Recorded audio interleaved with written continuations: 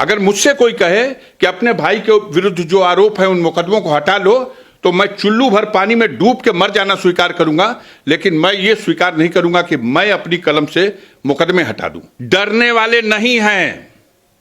Bulldozer से भी बड़ी कोई चीज हो, तुम एटम बम पटक दो, डरेंगे नहीं। केंद्र सरकार और प्रदेश की सरकार अपनी नाकामियों को छुपाने के लिए अपनी सबसे बड़ी उपलब्धि अगर कुछ मानती है तो वो ये मानती है कि हमने इन लोगों को कुचल डाला, मसल डाला, बर्बाद कर दिया। दरअसल समाज के कमजोर और गरीब तबके के लोगों को सताने वाले ये समाज के दबंग लोग हमसे डरते हैं, हमारी लोकप्रियता से डरते हैं, नफरत करते हैं। इत्तेफाक से इन लोगों की सत्ता है तो इस सत्ता का दुरुपयोग करते हैं, और सत्ता का दुरुपयोग करके हमारे साथ हमें आर्थिक रूप से हमें हर तरह की क्षति पहुंचाने के लिए, बदनाम करने के लिए, अपमानित करने के लिए हर तरह की कार्रवाई करते और कराते रहते हैं। नीचे से ऊपर तक सब सम्मिलित हैं। लगातार 2 बार मनोज सिन्हा बड़े चेहरे को हराने का मतलब क्या समझें कि बाहुबली वाली छवि है या फिर जनता के बीच में जगह बनाई हुई है? घूम के जनता से पूछिए छवि क्या है। जनता के बीच में जाइए, गरीबों की झोपड़ियों में जाइए, चौराहों पर खड़ा हुआ मोछ पर ताव देने वाला दबंग तो जरूर माफिया कहेगा, लेकिन गरीबों की बस्ती में जाओगे तो एक स्वर से सब अपना मसीहा मानेंगे। हमें इनकी परवाह भी नहीं, हमें इनका सर्टिफिकेट भी नहीं चाहिए। ये हमसे नफरत करते हैं, नफरत करें। ये हमारे इस सत्ता में हमारे पीछे इसलिए पड़े हैं कि इन्हें मालूम है कि ये वो लोग हैं जिन्होंने गरीबों के बहुत बड़े समूह को इस पूर्वांचल में इन दबंग लोगों के दबंगई से और अत्याचार से मुक्ति दिलाई है। और एक तरह की इनके पीछे जो गरीबों की ताकत है वो संगठित है। अगर इन्हें हम बर्बाद कर देंगे, मिटा देंगे, तो फिर हम जो मनमाना करेंगे, आजाद देश में भी गरीबों को गुलाम बन करके जीने के लिए मजबूर कर देंगे, तब भी हमें कोई टोकने रोकने वाला नहीं होगा। लड़ाई यहां है। पहले जो होटल पर कार्रवाई हुई, फिर 2-3 दिन पहले फिर दोबारा से कार्रवाई हो जाती है। अब कह रहे हैं कि वहां पर भूमि पूजन करने के बाद ये चीजें गरीबों को दी जाएंगी, यहाँ पर घर बनाए जाएंगे। देखिए, हमारे बाप दादा पूर्वजों ने और हमने भी अपनी जमीनें गरीबों को बसाया है, दान में दी हैं। हम गांव समाज की जमीन कब्जा करने वाले लोग नहीं हैं। हमारे बाप दादा और पूर्वज जमींदार फैमिली को बिलोंग करते हैं। मैं आज भी दर्जनों गांव बता दूंगा जहां हमारी जमीनों में लोग आबाद हैं। आज भी बता दूंगा कि हमारे नाम की भूमिधरी की जमीन पे सैकड़ों लोग घर बना के रहते हैं, जिनसे एक पैसा किराया भी मैं नहीं लेता। ये आप जैसे चाहिए प्रस्तुत कीजिए, वो जो चाहे बकबक करें। वो कौन सा असली भूमि पूजन ये था, असली सलामी ये थी कि उस बार श्रीमान एलजी साहब आने वाले थे, तो उनको सलामी देने के लिए होटल की बिल्डिंग का ऊपरी तल गिराया गया कि नक्शा सही पास नहीं कराया गया था। अब दोबारा आए हैं तो फिर उनको सलामी देना है। तो उस सलामी देने के लिए उन 20 परिवार के मुंह का नेवाला छीन लिया गया, जो उस दुकान में किराएदार थे। गरीब गरीब लोग कुछ बेच करके और अपने परिवार को पालते थे, उनके मुंह का नेवाला छीन लिया गया। अफसोस है, प्रदेश के मुखिया योगी जी और देश के मुखिया मोदी जी दोनों बेऔलाद हैं, इसलिए इनको औलाद का तो दर्द ही नहीं है। उन गरीब लोगों के जिनके मुंह की नेवाले आपने छीन लिए।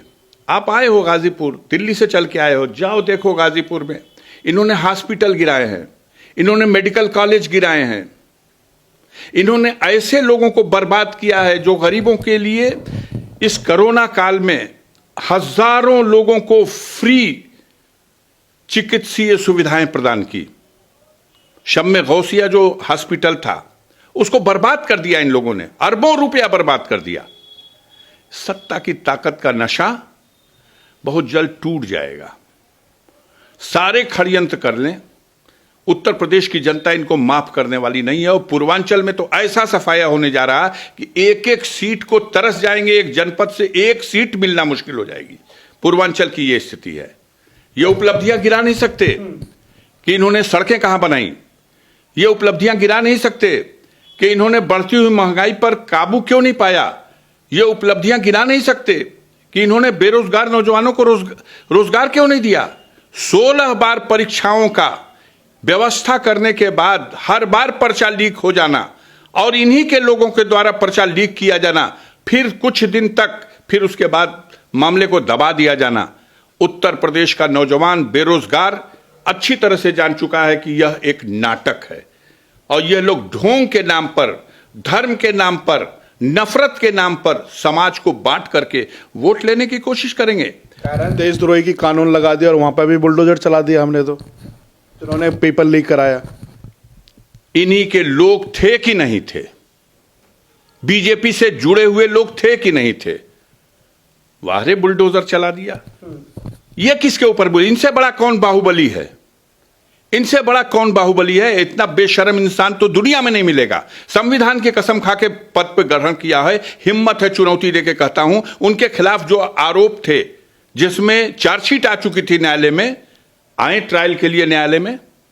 मैं राजनीति से संन्यास ले लूंगा अगर योगी अपने ऊपर लगे हुए आरोपों को न्यायालय में उसका ट्रायल होने दे। यह बेहयाई की इंतहा है। अगर मुझसे कोई कहे कि अपने भाई के विरुद्ध जो आरोप है उन मुकदमों को हटा लो, तो मैं चुल्लू भर पानी में डूब के मर जाना स्वीकार करूंगा, लेकिन मैं ये स्वीकार नहीं करूंगा कि मैं अपनी कलम से मुकदमे हटा दूं। मैं कहूंगा कि जाओ न्यायालय में, न्यायालय तय करेगा कि तुम निर्दोष हो कि दोषी हो। योगी दूसरे के ऊपर झूठे मुकदमे लगाते हैं और अपने ऊपर, अपने उप मुख्यमंत्री के ऊपर, अपनी टीम के उन तमाम उदंड युवकों के ऊपर जिनसे ये गुंडागर्दी कराते हैं, उन सबके ऊपर लगे हुए मुकदमे आप खुद वापस ले रहे हैं। संविधान को, देश के कानून को आप तिलांजलि दे रहे हैं और आप नैतिकता की बात करते हैं। सिर्फ इसी पे पूछ लीजिए, अगर माफियाओं के विरुद्ध कार्रवाई हो रही है तो उत्तर प्रदेश में जिन माफियाओं की लिस्ट कई बार से कही जा रही है, प्रकाशित करो 10 माफिया जिनकी अपराध हिस्ट्री हो, प्रकाशित करो। हाथ कांप जाएगा।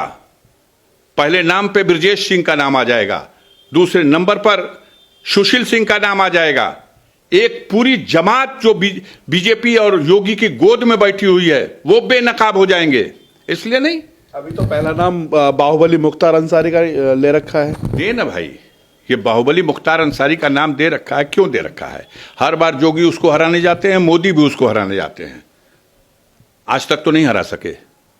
हिम्मत है, अगर हिम्मत है तो 10 दिन की पेरोल मुख्तार की ग्रांट हो और योगी आकर के मुख्तार से लड़ लें, आ जाएं। योगी खुद आके कहते हैं ना विधानसभा लड़ेंगे, मुख्तार के खिलाफ इलेक्शन लड़ लें, जनता फैसला कर देगी कि योगी की कथनी और करनी को कैसा पसंद कर रही है जनता। आप सत्ता के मद में चूर हो, गुंडागर्दी करा रहे हो, सरकारी तंत्र का दुरुपयोग कर रहे हो, फर्जी मुकदमे कायम कर रहे हो, बेगुनाहों को सता रहे हो, परेशान कर रहे हो। ये शुद्ध दबंगई बतियाते हैं। कोई राजनेता लोकतंत्र में जिस तरह की भाषा वो बोलते हैं कोई सभ्य बोल नहीं सकता। मुख्तार मुख्तार माला जप रहे हैं, 10 दिन का पेरोल मुख्तार को, और मैं चुनौती देता हूं मुख्तार मऊ से लड़ेगा और आप जोगी जी आइए मऊ से चुनाव लड़ लीजिए मुख्तार के अगेंस्ट, हो जाए जनता की अदालत में फैसला कि आपकी औकात क्या है, मुख्तार क्या है। मुख्तार से किस बात का बदला लिया जा रहा है? मुख्तार से, अफजाल से और पूरे अंसारी परिवार से इसलिए बदला लिया जा रहा है कि इस पूरे पूर्वांचल में जितने दबंग हैं वह दबंग हमें अपने रास्ते का पत्थर समझते हैं। क्योंकि जब कभी गरीब पर अत्याचार होगा, जुल्म होगा, उनकी इज्जत आबरू पर डाका डाला जाएगा, हम उनकी मदद करने के लिए खड़े होते हैं, उनके आंसू पोंछते हैं। हम उन गरीबों के साथ कदम से कदम मिला करके उनके हर दुख सुख की घड़ी को निभाते हैं। और इसलिए कि इस पूर्वांचल में गरीब इन दबंगों के फरेब में नहीं आता। तो हमको इसलिए हमने मनोज सिन्हा को हरा दिया, ये मेरा अपराध है। इसलिए तुम होटल गिरा दो, तुम होटल की दुकानों में रोजी रोटी चलाने वाले दुकानदारों को सील कर दो। इसीलिए लगातार जो कार्रवाई हो रही है, इसीलिए कार्रवाई की जा रही है। और काहे लिए हो रही है, काहे लिए हो रही है? आज से पहले कोई इस सरकार नहीं थी इस देश में, आज से पहले कोई डीएम नहीं था। आप ही कानून पढ़ के आ गए हैं, आप ही को यह अधिकार प्राप्त हो गया है। सब दबंगई है, सब ज्यादती है, सब बेईमानी है। और एक एक दबंगई, ज्यादती और बेईमानी का समय आने पर हिसाब किताब ठीक से किया जाएगा। सब हिसाब किताब होगा, घबराने की बात नहीं है। अच्छा, हामिद अंसारी हैं, वो भी आपके परिवार से आते हैं। जब तक उपराष्ट्रपति रहे तो बहुत अच्छा लगा, जाते जाते कह रहे हैं कि हिंदुस्तान में अब डर पैदा हो गया, डर लगने लगा है। हामिद अंसारी साहब 2 साल 3 साल पहले क्या स्टेटमेंट दिए थे वो तो आपने भी देखा, हमने भी देखा। आज तो ये खुदे बोल रहे हैं सब। अभी एक धर्म संसद तो हुई है हरिद्वार में, क्या हुई? वो तो जैसे ज्योतिष बोलता है उस तरह बोल गए थे। आज वो हो रहा कि नहीं हो रहा? इस देश में खुलेआम एक आदमी एक संप्रदाय को धमकी दे रहा है और इस तरह से प्रेरित कर रहा है लोगों को कि आप उठो और कत्लेआम करो, हथियार खरीदो। कौन सा कानून ये इजाजत देता है? कौन सा कानून ये इजाजत देता है? हम योगी जी से कहिएगा, हम मोदी जी से कहिएगा, हम नकली हिंदुस्तानी नहीं हैं। हमारे बाप दादा का खून इस मुल्क की नेव में है। आज़ादी की लड़ाई में 12 लोग हैं जिन्होंने अपनी कुर्बानी दी है। देश की सीमा की सुरक्षा में, वहीं कश्मीर में शेरे नौशेरा कहा जाता है, मेरे परिवार का वो खून था। ब्रिगेडियर उस्मान, जिसने झांगर घाटी फिर से जीती, जिसने नौशेरा घाटी को फिर से भारत का हिस्सा बनाया, जो पाकिस्तान के खिलाफ लड़ता रहा। पाकिस्तान का ऑफर था, आओ पाकिस्तानी सेना के जनरल बनो, ठोकर मार दिया। जिसे ऑफर दिया गया, आओ पाकिस्तान, उसने ठुकरा दिया। हम जिस मुल्क में पैदा हुए उसी मुल्क की मिट्टी में मर के दफन होना पसंद करेंगे। हम उस परिवार के खून हैं, उस परिवार का खून मेरे रगों में है। हम डरने वाले नहीं, हम असली हिंदुस्तानी हैं। योगी जी से और मोदी जी से पूछिएगा, दादा परदादा में भी कोई एक उंगली का नाखून भी कटाया हो मुल्क के लिए तो जरा बताएं। आज तो हुकूमत मिल गई है, चाहे जितना बकबक कर लें। हम लोग देश के लिए लड़ने मिटने वाले लोग हैं, डरने वाले नहीं हैं। बुलडोजर से भी बड़ी कोई चीज हो, तुम एटम बम पटक दो, डरेंगे नहीं, डरेंगे नहीं। तुम्हारे जुल्म के खिलाफ आवाज बुलंद करते रहेंगे। अब वक्त आने पर उसका जवाब भी देंगे। दुख तो होता होगा कि इतने बड़े बड़े आरोप लगा दिए गए, बाहुबली माफिया से नवाज दिया गया। चुनौती देता हूं भाई, कह तो रहा हूं चुनौती देता हूं। आज की तारीख में मुख्तार अंसारी के विरुद्ध कौन से मुकदमे किस न्यायालय में विचाराधीन है उसकी सूची दे दे। और उत्तर प्रदेश में 10 मशहूर और जिनके इतिहास लंबे वाले हों, उन लंबे इतिहास वालों की सूची दे दे। देख ले मुख्तार का नंबर कौथा है। सारे सूरमाओं को आंख पे पर्दा डाल के बैठने से चलेगा? ये सरकारी कर्मचारी, ये सरकारी अधिकारी, ये तमाम सरकारी अमला, भीतर भी बहुत बेचैनी है। सब जुल्म देखते देखते सब समझ रहा है कि पक्षपात की इम्तहा हो गई है। अच्छा, मेरा आखिरी सवाल होगा कि पंजाब से जब इधर शिफ्ट कर रहे थे तो सांसें तो थम गई होंगी। आपको बताया कि मौत पे यकीन रखते हैं और जब उसको मंजूर होगा तो एक सांस ज्यादा कोई जी नहीं सकता। सांसें थमने के लिए तो खौफ पैदा करने के लिए ये सब कुछ हो रहा, लेकिन सांसें थम जाएंगी, खौफ नहीं पैदा होगा। उस मिट्टी के बने हुए हैं। उस रात तो डर तो लग रहा होगा कि कहीं ऐसा कुछ, इससे पहले गाड़ी पलट दी थी। मैं 5 रात ऐसी है कि रात भर नहीं सोया। 5 बार ऐसा मेरे जीवन में हुआ कि मैं रात भर नहीं सोया। एक रात कब पूछेंगे नहीं आप? एक रात तब जब योगी आदित्यनाथ को पुलिस वाले उठा के लेके गए और जेल में डाल दिया। मैं रात भर उस दिन भी नहीं सो पाया। जिस दिन कंगना रनौत को पुलिस वाले उठा लाए, उस बुलडोजर से उसका शोरूम गिराने लगे, मैं रात भर नहीं सोया।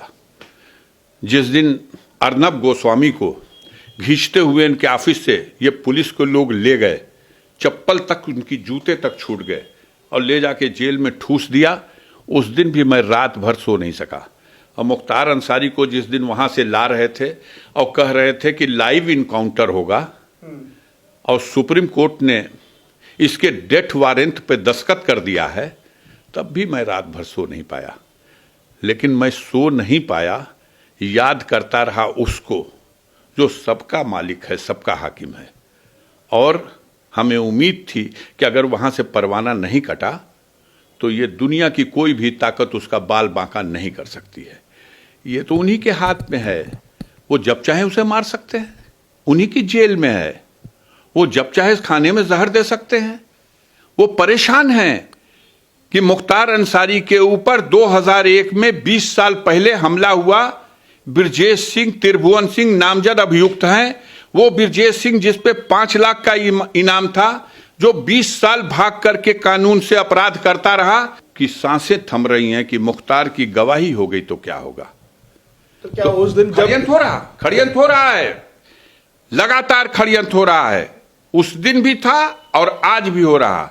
लेकिन जाको राखे साइयां, मार सके न कोई, अब बाल न बांका कर सके जो जग बैरी होए। तो ये तो जब आ जाएगी तो कोई बचा नहीं सकता। खड़ियंत तो है, लेकिन जब आ जाएगी तो कोई बचा नहीं सकता। कहिए अब अपने बचे। मुख्तार अंसारी जी का भय, तो मुख्तार अंसारी जी का तो भय कहीं ना कहीं उस टाइम पे भी दिख रहा था जब योगी जी सदन में रो रहे थे। तो क्या उस टाइम पे आराम से सो पाए थे आप? हम तो कहा, हमें दुख उस दिन भी हुआ था जब योगी जी को ले जा करके उस जेल में ठूस दिया गया था। सदन में रो रहे थे तो ये आपने याद दिला दिया, इसके लिए धन्यवाद। उस समय दुख हुआ था कि एक जनप्रतिनिधि है और इस तरह से टूट गया। संत महात्मा साहब को क्यों अंदर कर दिया गया, वो था भय, और कोई बात नहीं। वो संत थे, महात्मा थे, वो कहीं किसी को मार दें, काट दें, दंगा करा दें, फसाद करा दें, हमला कर दें, करा दें, वो सब कानून से ऊपर हैं। देश में अगर रूल ऑफ लॉ है तो उस रूल का पालन आपको भी करना होगा, हमको भी करना होगा। योगी जी चाहते हैं कि हम रूल से ऊपर हैं, हमारे लोग रूल से ऊपर हैं, उनके विरुद्ध कोई काम नहीं होगा, वो रूल का पालन नहीं करेंगे। उनका खाना रोज घर के बंद करके और बनारस जेल में जाएगा। अब मुख्तार अंसारी से कहा जाएगा जेल की रोटी खाओ, खा रहा। संकल्प शक्ति उसके पास है, उसका विल पावर है, वो ब्रिगेडियर उस्मान का नवासा है, वो डॉक्टर मुख्तार अहमद अंसारी का पोता है। वो जुल्म बर्दाश्त करेगा और समय आने पर जवाब देगा। और ये जनता देख रही है। इसी चुनौती पर चुनाव लड़ने आकर के योगी, कि उनके बुलडोजर का अगर जनता ने स्वीकार किया है तो मुख्तार के खिलाफ पर्चा भरे और देखे अपने तामस को कि उनकी औकात क्या है, मुख्तार की औकात क्या है।